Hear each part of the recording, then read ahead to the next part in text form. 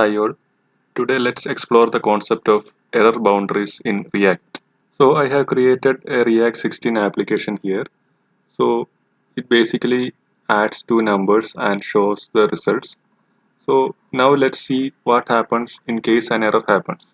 So in this case, in the app.js file, I am loading the calc component dynamically using the react.lazy. So now let's go to the running application. So this is the application if it runs properly. So basically it adds two numbers and shows the result here.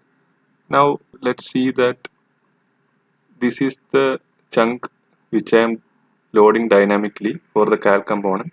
So I am going to go ahead and block this URL. So now the URL is blocked and now I am going to refresh the application. So now what happened is that since the lazy loaded chunk is failed, actually none of the application is getting rendered. So this is a feature that is introduced in React 16 so that in case of any uncaught errors or uncaught exceptions, the entire DOM tree will be disconnected. So previously what used to happen is that in case of any error, there was a chance of having partial states.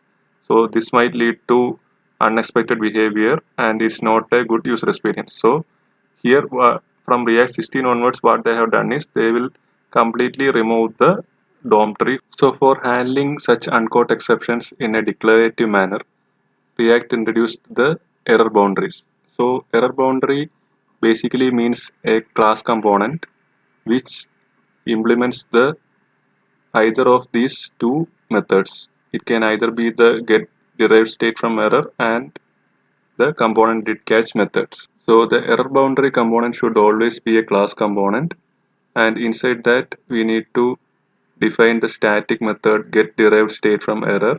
So within it we will get the code error. Since this method get executed prior to the render process, here we can set a state variable which we will be able to access within the render. So here in case of an error, I am setting the has error flag as true. So in the render method, I am checking the has error, and in case there is any error, I am showing a fallback UI, something went wrong. In case there is no error, I will show the default children view. And once the render is completed, the control comes to the component it catch, and inside this again we will get the error object as well as another object called error info.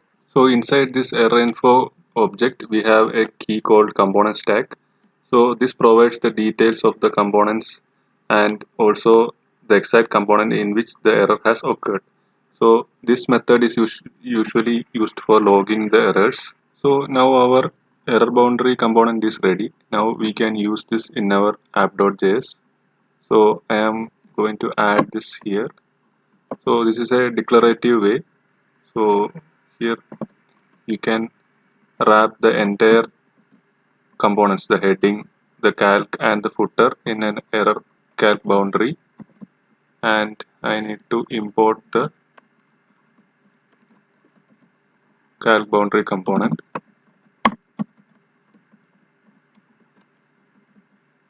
So I have done that. Now let's refresh our application. So now you can see that since we have an error from the calc component, it is showing a fallback UI which we have defined in the error boundary. So the error boundary basically, since we had given all these as children, it will show only the something went wrong. So suppose I had wrapped this here. So the heading is actually outside the error boundary. Now the heading also will be displayed along with the fallback UI. So in short, an error boundary captures all the exceptions which are thrown from within the children it encapsulates. What are the different types of errors that can be caught by the error boundary? So here the lazily loaded component calc had thrown an error. So now let's go ahead to the footer component and I am going to throw an error from within the effect hook. So I am going to throw a new error. Now let's see what happens. Now let's unblock our network filter. So here I am going to unblock the request URL. Now let's refresh our application. So here previously we had added a log for our error. So this is how the log looks. So this is the error object, and this is our component stack from the error info. So here you can see that it shows that the error occurred at the footer, and this is the error which we had thrown. So any errors or exceptions from within the React hooks is also captured by the error boundary. So now let's go ahead and add a set timeout here. So I am adding a set timeout, and I am moving the error to within the timeout. So I am not giving any time. Now let's see what happens. So now the application has refreshed, and you can see that the error was uncaught. So because of that, our error boundary did not kick in, and the actual application was rendered. So one thing to note is that any error that occurs within an asynchronous operation like set timeout or request animation frame, these will not be caught by the error boundary. Another scenario which is not handled by the error boundary is the case of event handlers or event listeners. So in this calc component, when we enter two numbers and we click on the add button, we are trying to set the result. So I am calling a utility sum. So inside this I am destructuring that object, and I am trying to add two numbers. Now what happened is, by mistake I gave the name as number. So here you can see what I passed is numbers. So actually I am trying to access the values A and B from within the undefined variable. So now let's see what happens.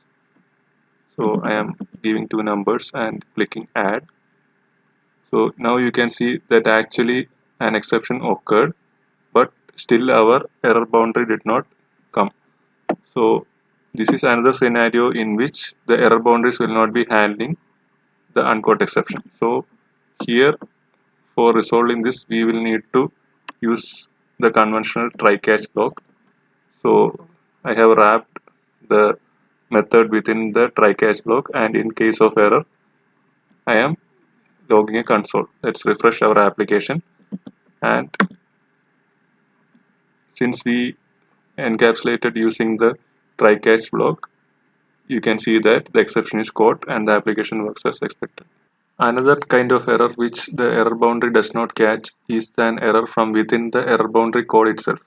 So here I have again blocked the request URL for the calc component, and now the error boundary is working. So in case I give a value which throws an exception, so here since hash error is a boolean, I am trying to access an inner property, so it will throw an error. So now you can see that again our error boundary will not kick in, and the exception will result the entire DOM tree to be disconnected. Hope you were able to get a better understanding of the error boundary concept in React. See you soon. Thank you.